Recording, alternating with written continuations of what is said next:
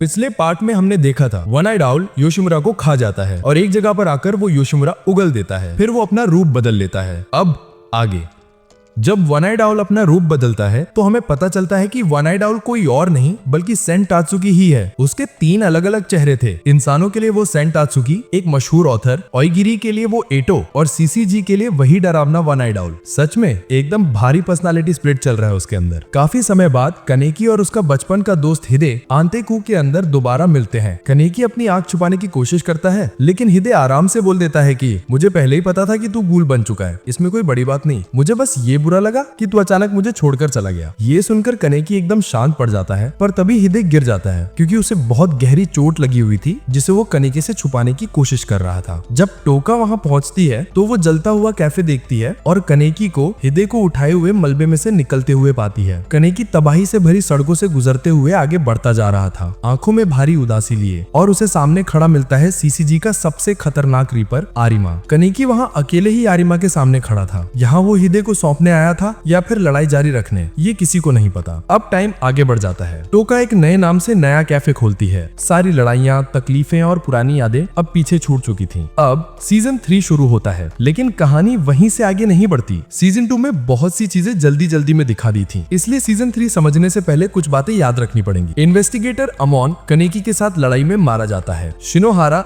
एटो यानी तकात्सुकी के हाथों बुरी तरह घायल हो जाता है। कनेकी हिदे को आरिमा के हवाले करता है और माना जाता है कि सीसीजी ने कनेकी को पकड़ लिया है। इस दौरान कनेकी की याददाश्त चली जाती है और सीसीजी उसे एक नई पहचान देता है, हाई से सासकी। कहानी में साफ रहने के लिए हम कनेकी को यहीं से सासकी बुलाएंगे। सीजन 3 की शुरुआत होती है। अब सीसीजी की नई टीम सामने आती है, क्विंग स्क्वाड। ये लोग बाकी ऑफिसर से अलग बने हैं। लिटरली सीसीजी ने सर्जरी करके इन लोगों के अंदर गूल कागुने इम्प्लांट किए हैं। शायद उन्होंने कनेकी पर रिसर्च करके समझा कि हाफ गूल बनाना मुमकिन है, इसीलिए सासकी को इस स्क्वाड का लीडर बनाया गया है। क्विंग स्क्वाड अभी एक बेहद क्रीपी गूल को ढूंढ रहा था, टॉर्सो। इसकी अजीब ऑब्सेशन है, ये सिर्फ महिलाओं के टॉर्सो खाता है और बाकी शरीर छोड़ देता है। बहुत ही सिक आदमी है। स्क्वाड को लीड कर रहा है कुकी उरिए और उसके साथ है गिंची शिराजू, जो दिखने में बहुत लाउड है मगर उतना खतरनाक नहीं है। इन्वेस्टिगेशन के दौरान उनकी मुलाकात होती है एक अजीब सी फोटोग्राफर चिए होरिसे। वो एक बड़ा हिंट देती है कि टॉर्सो असल में टैक्सी ड्राइवर के रूप में काम कर रहा है और बदले में वो सासकी की कोई पर्सनल चीज मांग लेती है। वहीं स्क्वाड की एक और मेंबर तोरू मुत्सुकी टॉर्सो से पहले ही टकरा जाती है और हालात एकदम खराब हो जाते हैं। तोरू पर हमला होते ही उरिया और शिराजू हरकत में आ जाते हैं। दोनों मिलकर एक बड़ा रोड ब्लॉक तैयार करते हैं टॉर्सो को पकड़ने के लिए। प्लान लगभग काम कर जाता है लेकिन अचानक एक और गूल एंट्री लेता है जिसका नाम था सरपेंट। ये बंदा इतनी ताकतवर एंट्री मारता है कि ऑफिसर्स को हवा में उड़ा देता है और टॉर्सो आराम से भाग निकलता है। हालात बेकाबू होते ही सासकी आगे आता है और सरपेंट से लड़ता है, पर लड़ाई के बीच सासकी को अपने अंदर से आवाजें सुनाई देने लगती हैं। उसका पुराना रूप कैन कनेकी। कनेकी का ये दबा हुआ रूप सासकी के दिमाग में काले काले ख्याल फुसफुसाने लगता है और सासकी के लिए पूरे सीन में एक दमदार मेंटल ब्रेकडाउन शुरू हो जाता है। दबाव इतना बढ़ जाता है कि सासकी अपनी लिमिट पर पहुंच जाता है और आखिरकार वो टूट जाता है। अपनी कागुने पूरी ताकत से बाहर निकाल देता है। अब सासकी कागुने से हमला करता है और सरपेंट का मास्क फाड़ देता है और जो चेहरा सामने आता है उसे देखकर वो दंग रह जाता है। सरपेंट कोई और नहीं मिशियो होता है। सासकी उसे ठीक से पहचान नहीं पाता लेकिन निशियो आराम से एक लाइन बोलकर उसका दिमाग हिला देता है, कनेकी काफी टाइम बाद मिल रहे हो ना। बस इतना सुनते ही सासकी का पूरा दिमाग शॉर्ट सर्किट हो जाता है। दबी हुई सारी यादें एक साथ वापस आने लगती हैं। वो इतना अनकंट्रोल हो जाता है कि अपनी ही टीम पर हमला करने को तैयार हो जाता है। हम देखते हैं कि सासकी के दिमाग में कनेकी उसे उसी तरह सताने लगता है जैसे रिजे कनेकी को तड़पाती थी। सही वक्त पर अकिरा माडो आती है और उसे ट्रैंकुलाइजर मार के शांत कर देती है। होश आने के बाद सासकी क्विंग स्क्वाड में बड़ा बदलाव करता है। वो कुकी उरिए को कैप्टन की कुर्सी से नीचे उतार देता है क्योंकि वो लगातार हुक्म नहीं मान रहा था। दरअसल कुकी फ्रस्ट्रेट है। उसे लगता है कि वो अपने असली पोटेंशियल तक नहीं पहुंच पा रहा। सासकी कैप्टन का टाइटल गिंशी शिराजू को दे देता है। भले ऊंची आवाज वाला हो मगर दिल से अच्छा और भरोसेमंद है। बाद में सासकी अपने मेंटोर आरिमा से ट्रेनिंग करता है और उसे बताता है कि कनेकी वाली यादें उसे डरा रही हैं, जैसे कोई बुरा सपना पीछा कर रहा हो। आरिमा इन बातों में पढ़ना ही नहीं चाहता, इसलिए सीधा टॉपिक चेंज कर देता है। इसी बीच हमारा टॉर्सोज लवर साइको टॉर्सो आयातो की ओयोगुरी ट्री में भर्ती हो जाता है। उसे कॉज से कोई मतलब नहीं, वो बस एक ही चीज चाहता है, तोरू को पकड़ना, जिस पर वो पागलों की तरह ऑब्सेस्ड है। इधर सासकी, गिनशी और तोरू अब एक नए खतरनाक गुल का पीछा कर रहे हैं जिसका नाम है नट क्रैकर। इसका सिग्नेचर मूव इतना दर्दनाक है कि सुनकर ही आंखें भर आए। ये रेड लाइट एरिया में काम करती है और अपने विक्टिम्स के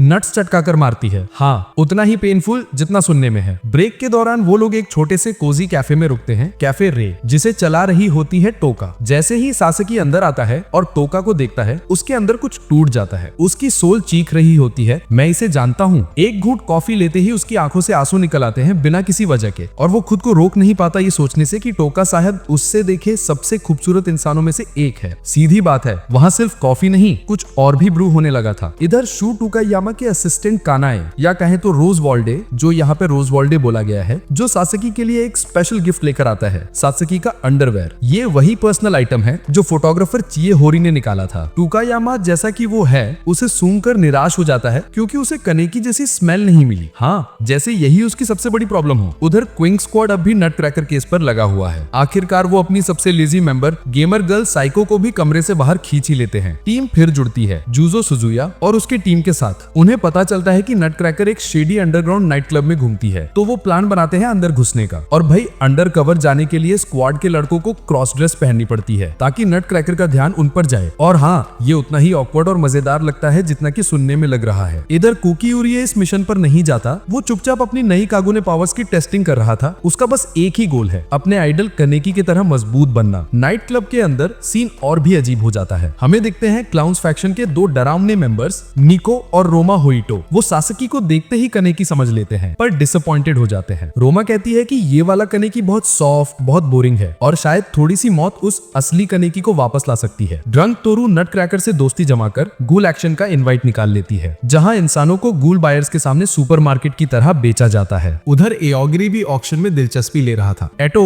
आयाटो को ऑर्डर देती है कि वो बिग मैडम का बॉडीगार्ड बने, वही साइको जो पहली बार जूजो के फ्लैशबैक में दिखी थी। आयाटो मजबूरी में मान जाता था और साथ ले जाता है क्रीपी टॉर्सो को, जो अब भी टोरू के पीछे पागल है जैसे कोई डेंजरस स्टॉकर। हमें आते हैं गूल्स के काले बाजार की घिनौनी दुनिया में, और ये उतना ही पागलपन भरा और डरावना है जितना आप सोच सकते हो। शो की शुरुआत होती है 3 क्लाउन गूल्स से, जो एक डरावनी सी गूल गैदरिंग में ऑक्शनियर्स बने खड़े थे। पहला ऑक्शन आइटम एक ए लिस्ट सेलिब्रिटी, भीड़ एकदम पागल हो जाती है। लेकिन असली झटका अगली आइटम पर आता है, टोरू, जो स्टेज पर ड्रग्ड और बंधा हुआ पड़ा है। आखिरी चीज जो उसे याद है, वो नट क्रैकर के साथ टैक्सी में आराम से बैठा था और अब यहाँ बेचने के लिए रखा हुआ है। टॉर्सो, जो टोरू के पीछे एक अनहेल्दी ऑब्सेशन रखता है, उसे स्टेज पर देखकर एकदम फट जाता है। वहीं बिग मैडम भी टोरू पर नजर गड़ाए बैठी है और किसी भी कीमत पर पीछे हटने वाली नहीं। रोज वॉल्ड को भी लगता है कि अगर वो इस रेयर वन आइड गूल को जीत ले तो शायद सुकुयामा का कनेकी वाला डिप्रेशन टूट जाए। ऑक्शन शुरू होता है और बिग मैडम 200 मिलियन येन फेंककर टोरू को खरीद लेती है जैसे ये पॉकेट मनी हो। तीसरी ऑक्शन आइटम है एक मासूम दिखने वाली लड़की, लेकिन जैसे ही ऑक्शन शुरू होने वाला होता है, वो अपनी छुपी हुई नाइव्स निकालती है और एक क्लाउन का चेहरा काट के रख देती है। फिर क्राउड में चाकू बरसाने लगती है। पूरा हॉल एकदम दहशत में पड़ जाता है। सीसीजी के रेड का पता चलते ही गूल्स में भगदड़ मच जाती है। बिग मैडम उस लड़की को गौर से देखती है और पहचान लेती है, ये तो जूजो सुजोयार है। मैडम, निकलना होगा अभी। जूजो यहाँ क्या कर रहा है? उसे नहीं पता कि यही ऑपरेशन का मुख्य टारगेट वही है। उधर टोरू केओस का फायदा उठाकर भागने की कोशिश करता है, लेकिन उसे रास्ते में रोजवॉल्ड मिल जाता है, जो उसे सुकुयामा के लिए वापस पकड़ना चाहता है। तभी एंट्री मारता है टॉर्सो, जो टोरू को बचाने के लिए कूद पड़ता है, लेकिन रोजवॉल्ड उसे बुरी तरह पीट देता है, जिसके बाद टोरू फिर जैसे तैसे भागता रहता है। ऑक्शन बिखर रही थी और दूर से एटो खड़ी सब देख रही थी। एक शैतानी सी मुस्कान के साथ वो तय करती है कि अब उसे भी मैदान में उतरना चाहिए। हॉलवे में भटकता हुआ टोरू रोजवॉल्ड के हमले से घायल हो चुका था। रोजवॉल्ड उसे पकड़ लेता है और एक चौंकाने वाली बात नोटिस करता है कि टोरू के सारे जख्म खुद ब खुद भर चुके हैं। इसका मतलब सुकुयामा उसे बार बार खाकर रीजनरेट होने दे सकता है। रोजवॉल्ड टोरू पर झपटता है, लेकिन बिल्कुल सही टाइम पर सास्के आ जाता है और टोरू को बचा लेता है। यहीं से एक जबरदस्त लड़ाई शुरू होती है। सास्के, कुकी और गिनशी मिलकर रोजवॉल्ड पर हमला करते हैं, जबकि साइको टोरू को ढाल बनकर बचाती है। उधर एक पुराना चेहरा वापस लौट आता है, ताकिजावा। सीसीजी ने उसे डेड रिपोर्ट कर दिया था वन आइड आउल की लड़ाई के बाद, लेकिन वो अब भी जिंदा है और अब एक वन आइड गूल बन चुका है। समय के साथ वो एओगरी का बड़ा नाम बन गया है और अब वो पूरी बिल्डिंग में कत्ले आम कर रहा है, अपने पुराने साथियों के सिर उड़ा रहा है। क्विंग स्क्वाड आखिरकार रोजवॉल्ड को गिरा देता है, लेकिन उसे खत्म करने से पहले उसका एक गूल साथी उसे बचाकर ले जाता है। सच में इस शो के लोग किसी को बेहोश देखकर भी खत्म करना जरूरी नहीं समझते। फिर वही विलन नेक्स्ट एपिसोड में वापस खड़ा मिलता है। इधर नट क्रैकर ने भी सीसीजी की पूरी टीम की वाट लगा रखी थी। उसने पूरी स्क्वाड को एक ही झटके में साफ कर दिया। अब इसे रोकना सिर्फ क्विंग स्क्वाड के बस में है। टो और कुकी छुपकर और गूल्स ढूंढने निकलते हैं, लेकिन कुकी आउट ऑफ कंट्रोल हो जाता है और अपना कगूने बिना सोचे समझे चलाने लगता है। सामने जो भी आता है उस पर हमला कर देता है। कंट्रोल खोकर वो सीधे बिग मैडम तक पहुंच जाता है। बिग मैडम उसकी बहुत बुरी तरह पिटाई करती है। वही टो समय पर आ जाता है और देखता है कि कुकी तो लगभग बिग मैडम का शिकार बन चुका है। इधर गिनशी और साइको की मुलाकात ताकीजावा से होती है। अच्छी बात यह होती है कि सास्के भी आ पहुंचता है और अपना कगूने निकालकर लड़ने के लिए तैयार हो जाता है, एक और एक आंख वाले गूल के सामने। दोनों एक आंख वाले गूल्स की लड़ाई शुरू हो जाती है और धीरे धीरे दिखता है कि सास्के कमजोर पड़ रहा है। और तभी हालात और बिगड़ जाते हैं जब सास्के को फिर से अपना दूसरा रूप यानी कनेकी दिखाई देने लगता है। उसका वो दूसरा चेहरा अंदर से उठकर उसके दिमाग को तोड़ने लगता है और लड़ाई एक मानसिक तूफान बन जाती है। क्विंग्स टीम वाली तरफ गिनशी और साइको मिलकर नट क्रैकर को एक जबरदस्त हमले से गिरा देते हैं। उधर बिग मैडम का सामना टो और कुकी दोनों से हो रहा होता है। लड़ाई इतनी बढ़ जाती है कि कुकी का दिमाग काम करना बंद कर देता है और गुस्से गम के बीच गलती से टो को ही मार देता है। लेकिन टो घबराता नहीं, वो अपने कगूने से कुकी को लपेटकर शांत करते हुए सिर्फ इतना कहता है, सब ठीक हो जाएगा। तब बिग मैडम हमला करने ही वाली होती है कि जूजो और सीसीजी के कई लोग आ जाते हैं। सबको लगता है कि अब तो जूजो अपना बदला लेगा, क्योंकि बिग मैडम ने ही उसकी जिंदगी तबाह की थी। पर जूजो हमला ही नहीं कर पाता। वो कहता है कि अब उसके दिल में कोई नफरत नहीं बची। फिर सीसीजी वाले बिग मैडम को खत्म कर देते हैं। इसके बाद एक अजीब सा गूल जो एक मास्क पहने होता है, जिसे लोग स्केयरक्रो बोल देते हैं, ऑक्शन बिल्डिंग में इधर उधर घूम रहा होता है। कंट्रोल रूम में जाकर उल्टे सीधे बटन दबाने लगता है। गलती से पूरे बिल्डिंग का लाउड स्पीकर ऑन हो जाता है और सब जगह सास्के की दर्दनाक चीखें गूंज उठती हैं। हिनामी भी वहां होती है। जैसे ही वो चीखें सुनती है, बिना सोचे समझे वहां पहुंच जाती है। अब वो एओगरी की सदस्य है। वो 2 साल पहले अंतेकु छोड़ चुकी थी। सास्के उसे पहचान नहीं पाता, पर हिनामी बिना झिझक लड़ाई में कूदकर ताकीजावा से भिड़ जाती है, सिर्फ सास्के को बचाने के लिए।